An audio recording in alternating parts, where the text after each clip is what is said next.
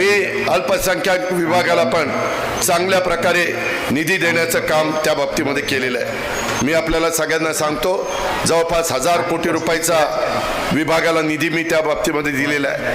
मित्रांनो, मौलाना आझाद अल्पसंख्याक आर्थिक विकास महामंडळाला शासनाची हमी होती 30 कोटी, ती कमी होती, ती आम्ही 500 कोटीपर्यंत नेली। छत्रपती संभाजीनगरमध्ये राज्याच्या अल्पसंख्याक आयुक्तालय आम्ही स्थापन केलं। प्रत्येक जिल्ह्यामध्ये आता अल्पसंख्याक कक्ष आपण करतोय।